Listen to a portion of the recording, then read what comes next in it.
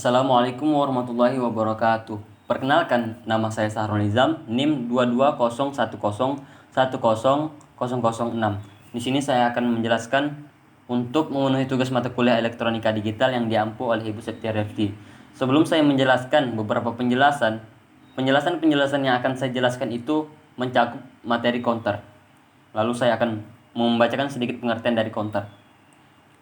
Dalam konteks elektronika digital, sebuah counter adalah suatu perangkat atau rangkaian yang digunakan untuk menghitung suatu kejadian. Counter sering digunakan dalam berbagai aplikasi, seperti penghitungan frekuensi, pengaturan waktu, penghitungan jumlah item, atau dalam pengaturan algoritma. Counter umumnya terdiri dari rangkaian logika yang dapat menerima dan menghasilkan sinyal biner, 0 atau 1, untuk menghitung. Counter dapat diatur untuk menghitung naik dari 0 ke nilai tertentu atau turun dari nilai tertentu ke 0, tergantung pada kebutuhan masing-masing ya teman-teman. Nah, yang pertama, apa itu asynchronous down counter? Counter asinkron turun atau asynchronous down counter adalah jenis counter yang menghitung mundur dari suatu nilai tertentu ke nilai yang lebih rendah. Pada counter asinkron turun, flip-flop pertama diberi pulsa jam eksternal seperti pada counter asinkron naik, tetapi perbedaannya terletak pada logika kontrol yang digunakan. Pada counter asinkron turun, logika kontrol yang terhubung ke keluaran flip-flop pertama diubah agar menghasilkan pulsa jam tambahan yang diberikan ke flip-flop selanjutnya. Hal inilah yang menyebabkan flip-flop selanjutnya ataupun flip-flop kedua menerima pulsa jam yang mengubah keadaannya saat pulsa jam pertama terjadi, menghasilkan perhitungan mundur. Lalu yang kedua, apa itu clock? Pada asynchronous down counter, clock pulsa jam adalah sinyal eksternal yang memberikan impuls untuk menggerakkan perubahan keadaan pada flip-flop pertama dalam urutan. Pulsa jam ini bertindak sebagai sinyal kontrol yang memicu perubahan keadaan dalam counter. Pada setiap pulsa jam eksternal, flip-flop pertama dalam counter asinkron turun menerima impuls dari clock. Ini menyebabkan flip-flop pertama mengubah keadaannya sesuai dengan logika kontrol yang terhubung. Kemudian, flip-flop pertama menghasilkan pulsa jam tambahan, lalu diberikan kepada flip-flop berikutnya dalam urutan. Hal inilah yang menggerakkan mereka untuk mengubah keadaan secara berurutan. Dengan kata lain, clock pada asynchronous down counter memberikan timing yang diperlukan untuk menggerakkan perubahan keadaan dan menghitung mundur dari nilai awal ke nilai yang lebih rendah. Nah, di sini percobaan pada multisim. Langsung saja kita melakukan uji coba pada multisim. Nah, ini adalah bentuk uji coba pada multisim. Di sini kita melihat pada 7 segmen dia itu mencetak angka 7 hingga ke angka 0. Karena kenapa? Di sini saya menggunakan asynchronous down counter 3 bit, yaitu dengan persamaan 2 pangkat n min 1, yang berarti 2 pangkat 3 sampai dengan 8 dikurang 1, yang berarti 7, yaitu berarti melakukan perulangan dari nilai tertinggi, yaitu nilai 7 hingga ke nilai 0. Dan di sini ada beberapa komponen-komponen dalam rangkaian asynchronous down counter. Yang pertama 7 segment, lalu yang kedua flip-flop, lalu yang ketiga itu ada digital clock, lalu yang keempat ada probe ataupun LED, lalu yang terakhir adalah pemberi tegangan atau VCC. Nah, paham ya teman-teman mengenai rangkaian pada multisim ini. Nah, di sini ada QA, QB, dan QC. Terlebih tepatnya kita akan menjelaskan pada tabel kebenaran dan diagram sinyal. Tabel kebenaran dan diagram sinyal. Nah, ini seperti yang sudah saya jelaskan tadi, clock.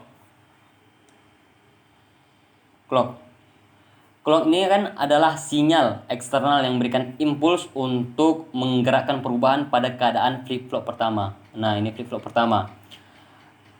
Clock ini bertindak sebagai sinyal kontrol yang memicu perubahan keadaan dalam counter.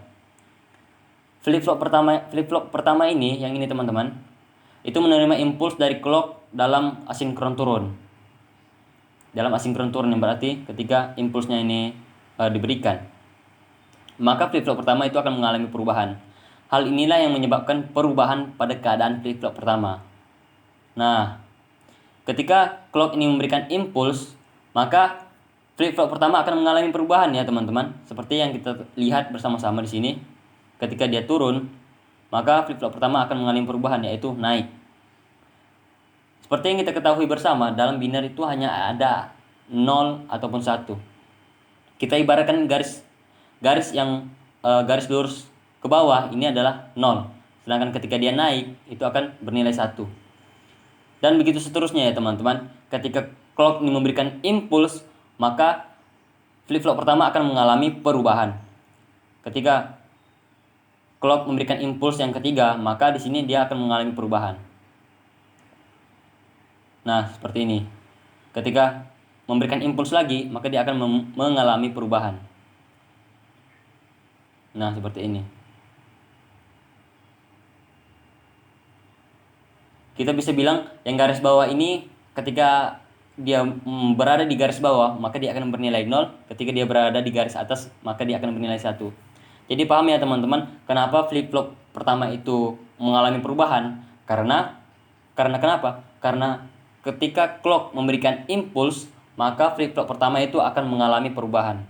Ketika clock memberikan impuls turun, maka flip-flop pertama akan mengalami perubahan. Lalu flip-flop pertama ini menghasilkan pulsa jam tambahan yang akan diberikan kepada flip-flop kedua. Hal inilah yang menyebabkan perubahan kepada flip-flop secara berurutan. Nah, ini flip-flop ketiga.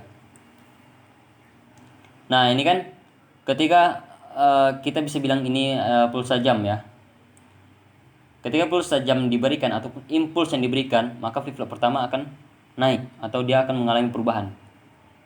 Nah, pulsa jam pada flip-flop pertama ini akan diberikan kepada flip-flop kedua. Maka flip-flop kedua ini akan mengalami perubahan. Nah, ini ya teman-teman. Nah, ini flip-flop pertama memberikan pulsa jam tambahan kepada flip-flop kedua untuk mengalami perubahan. Nah, seperti yang saya katakan tadi, ketika dia berada di garis bawah itu akan bernilai 0. Di sini 0, di sini 0. Ketika dia berada di garis atas, maka dia akan bernilai 1. Ketika berada di garis bawah akan bernilai 0 dan begitu pula seterusnya. Nah, seperti yang saya katakan tadi, ketika flip-flop pertama ini memberikan pulsa jam tambahan, nah yang ini ya, teman-teman lihat, maka flip-flop kedua itu akan mengalami perubahan. Nih, dia akan bernilai 1. Nah, ini adalah jarak daripada impuls yang diberikan pada flip-flop kedua. Ketika dia memberikan pulsa jam tambahan lagi, dia akan mengalami perubahan lagi. Ketika dia memberikan pulsa jam tambahan lagi, maka dia akan mengalami perubahan lagi. Nah, begitu ya teman-teman. Yang dinamakan pulsa jam tambahan itu adalah dari sini. Ketika kita melihat clock ini memberikan impuls, maka dia akan bernilai 1. Nah, disinilah yang dinamakan pulsa jam tambahan. Nah, yang ini. Karena setelah clock itu memberikan impuls, di sini terlihat pulsa jam tambahan. Nah, setelah clock memberikan impuls lagi, clock yang ketiga ini, maka akan menghasilkan pulsa jam tambahan lagi. Dan begitu pula seterusnya. Nah, flip-flop kedua. Flip-flop kedua begitu juga akan memberikan pulsa jam tambahan kepada flip-flop ketiga. Nah, di sini. Ini adalah pulsa jam tambahan pada flip-flop kedua yang akan diberikan kepada flip-flop ketiga. Sesuai dengan yang saya katakan tadi, sebelum ada yang diberikan impuls atau pulsa jam tambahan kepada flip-flop berikutnya itu, maka flip-flop berikutnya itu tidak akan mengalami perubahan sampai impuls atau pulsa jam itu diberikan. Nah, ini. Paham ya, teman-teman? Nah, begitulah. Ini ada bernilai 1. Seperti yang saya katakan, Q bar A, Q bar B, Q bar C itu adalah kebalikan dari Q biasa. Nah, ini adalah angka biner. Kalau kita implementasikan akan menjadi seperti ini. Jadi ketika memberikan impuls, clock itu memberikan impuls, maka perubahan pada flip-flop pertama akan terjadi. Flip-flop pertama memberikan impuls juga, maka flip-flop kedua akan mengalami perubahan dan begitu seterusnya. Dan ini adalah hasil. Nah, paham ya teman-teman? Ini merupakan implementasi dari angka biner, dia konversikan menjadi angka biasa. Nah, beginilah. Paham ya teman-teman? Ini 111 itu angka 7, 110 itu angka 6, 101 itu angka 5, 100 itu angka 4, 011 itu adalah angka 3, 010, 010 adalah angka 2, 001 adalah angka 1, 000 adalah angka 0. Jadi paham ya teman-teman? Nah, ini adalah merupakan tabel kebenaran. Nah, ini seperti yang sudah saya jelaskan tadi. Paham ya teman-teman? Jadi ketika clock itu memberikan impuls, maka flip-flop pertama itu akan mengalami perubahan. Dan ketika flip-flop pertama ini mengalami perubahan, maka dia akan